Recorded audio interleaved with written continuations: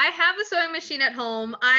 When we shut down in March, I still needed to keep sewing. Like, I didn't want to lose that. Me and Emmy both work in the costume shop at school. I knew I had some old fabric downstairs and I wanted to try making masks because I know like my mom would go out to get groceries for the family, my dad, my brother, and I kept making more and more. And I was like, well, maybe I'll just post on Facebook if anybody wants some because I had some leftover fabric. But then even that, I wanted to make sure, everybody at least has the ability to get a mask and fun patterns. I do 2 layers of 100% cotton, but I do mine like 6x9.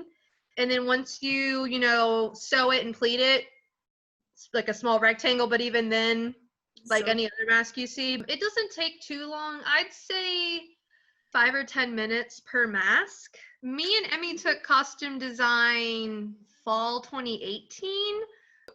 I was kind of the same as Shelby. When the shutdown started,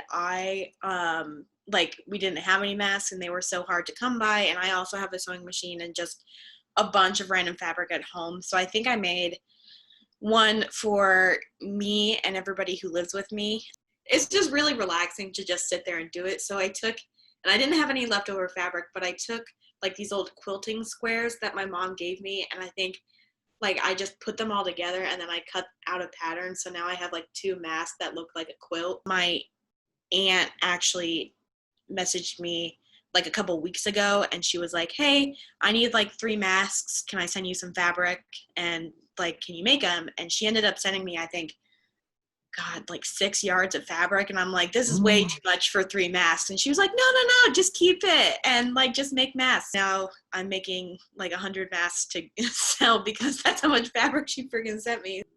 Wear your mask, do your part. Don't get everybody sick. Wash your hands.